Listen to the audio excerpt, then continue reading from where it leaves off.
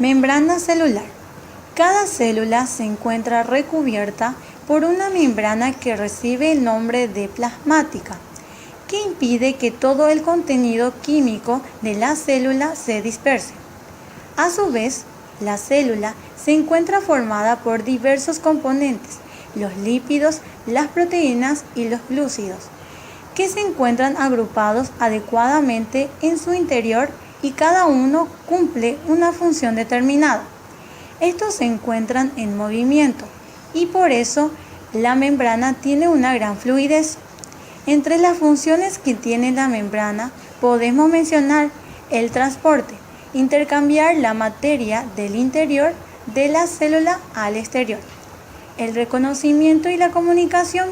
Al hallarse recubierta de una capa lípida, la membrana puede interactuar con el exterior sin que se modifique la composición interna de la célula y permitiendo que dentro de la célula los complementos se deslicen de forma fluida. Citoplasma. Llamamos citoplasma al contenido celular entre la membrana plasmática y el núcleo. La apariencia del citoplasma es granulosa, debido a la abundancia de los ribosomas y los orgánulos. En el citoplasma se encuentra el citosol o hialoplasma. Se trata de una solución principalmente constituida por agua y enzimas, y en ella se realizan numerosas reacciones metabólicas a la célula. Núcleo. El núcleo celular se encuentra en las células eucariotas. Contiene la mayor parte del material genético celular, organizado en múltiples moléculas lineales de ADN de gran longitud, formando complejos con una gran variedad de proteínas como las histonas para formar los cromosomas. El conjunto de genes de estos cromosomas son la genoma nuclear. Es indispensable para la vida de la célula. Rige la diferenciación celular. Conserva su potencialidad en células diferenciadas. Las células que se dividen siguen un ciclo celular en el que se distinguen dos periodos claramente identificables: interfase y mitosis o división celular. El núcleo, propiamente dicho, consta de tres componentes morfológicamente bien distinguibles: envoltura nuclear, cromatina y proteínas asociadas, principalmente el nucleolo. El nucleolo es una región del núcleo considerada como un organulo. La función principal del nucleolo es la producción y ensamblaje de los componentes ribosómicos. El nucleolo es aproximadamente esférico y está rodeado por una capa de cromatina condensada. El nucleolo es la región heterocromática más destacada del núcleo. No existe membrana que separe el nucleolo del nucleoplasma. Las mitocondrias son los orgánulos celulares encargados de suministrar la mayor parte de la energía necesaria para la actividad celular. Actúan, por tanto, como centrales energéticas de la célula y sintetizan ATP a expensas de los carburantes metabólicos, glucosa, ácidos grasos y aminoácidos. Sin mitocondrias, los animales y hongos no serían capaces de utilizar oxígeno para extraer toda la energía de los alimentos y mantener con ella el crecimiento y la capacidad de reproducirse. Los organismos llamados anaerobios viven en medios sin oxígeno y todos ellos carecen de mitocondrias. En la membrana interna están los sistemas dedicados a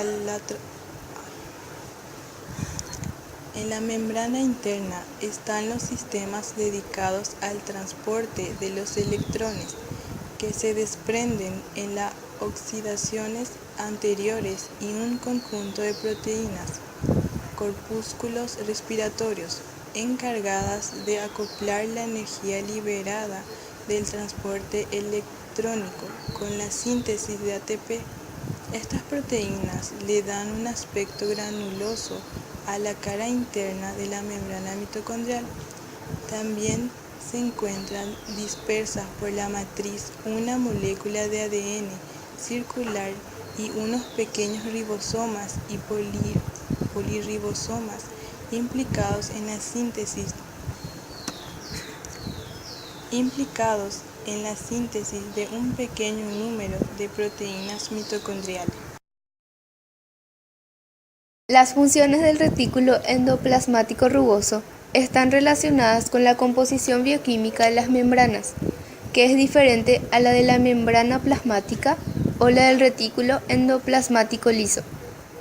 El retículo endoplasmático rugoso contiene en su membrana enzimas implicadas en las diversas funciones. Las enzimas implicadas se sitúan de manera simétrica, siendo distintas las de la cara citosólica de las de la cara luminal. Las proteínas se sintetizan en los ribosomas que van adheridos a la membrana citosólica del retículo endoplasmático rugoso, al mismo tiempo que se sintetizan y mediante un complejo mecanismo pueden quedarse en la membrana como proteínas transmembrana o pasar al lumen intramembranoso para ser exportadas a otro destino, incluido al exterior celular. La mayor parte de las proteínas sintetizadas y almacenadas en el retículo endoplasmático rugoso antes de ser transportadas a otros orgánulos citoplasmáticos, aparato de Golgi, lisosomas, a la membrana plasmática o al exterior de la célula deben ser glucosiladas para convertirse en glucoproteínas. La adhesión de los ribosomas se lleva a cabo por su subunidad mayor, estando estas unión mediadas. El retículo endoplasmático liso es una red tubular constituida por finos túbulos o canalículos interconectados y cuyas membranas continúan en las del retículo endoplasmático rugoso, pero sin llevar ribosomas adheridos. Se presenta forma de red de túbulos interconectados y vesículas sin ribosomas en la superficie citoplasmática, muy desarrollado en algunos tipos celulares, células hepáticas musculares secretoras de hormonas esteroideas, secretoras de SEI. En ocasiones, RER y REL presentan conexiones, pero ambos son funcionalmente diferentes. Además de por no tener ribosomas, el REL se diferencia del RER por estar constituido principalmente por túbulos, que al ser cortados muestran forma de vesículas redondeadas y no la forma de perfiles alargados propia de las cisternas del RER. Químicamente, el RL está formado por proteínas y lípidos que constituyen las membranas y por proteínas enzimáticas o aparato de Golgi. Se encuentra en el citoplasma de la célula. El aparato de Golgi está formado por sacos aplanados limitados por membranas. Funciona como una planta empaquetadora, modificando vesículas del retículo endoplasmático rugoso. El material nuevo de la membrana se forma en varias cisternas del Golgi. Las células sintetizan un gran número de diferentes macromoléculas. El aparato de Golgi es integral en la modificación, la clasificación y envasado de estas macromoléculas para la secreción celular o el uso dentro de la célula. Se modifica principalmente proteínas entregadas desde el retículo endoplasmático rugoso, pero también está implicado en el transporte de lípidos alrededor de la célula y la creación de lisosomas. A este respecto, puede ser considerado como similar a una oficina de correos, sino que los paquetes y etiquetas, artículos que después envían a diferentes partes de la célula. Los ribosomas son organulos de las células. En estas estructuras que carecen de membrana se llevan a cabo los últimos pasos de la síntesis de las proteínas. La composición química de los ribosomas está dada por proteínas vinculadas al ácido ribonucleico ribosómico, que procede del nucleolo.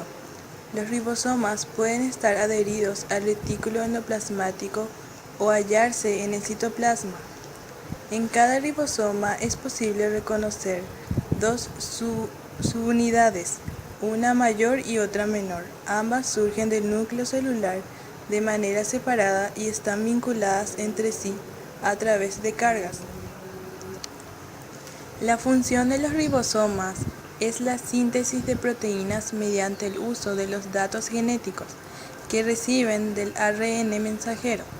El ARN mensajero es ácido ribonucleico que alberga el código genético que procede del núcleo de la célula. De esta manera define cómo deben unirse los aminoácidos de las proteínas, funcionando como una especie de patrón o modelo para la síntesis. Los lisosomas tienen una estructura muy sencilla, semejantes a vacuolas, rodeados solamente por una membrana. Contienen gran cantidad de enzimas digestivas que degradan todas las moléculas inversibles para la célula.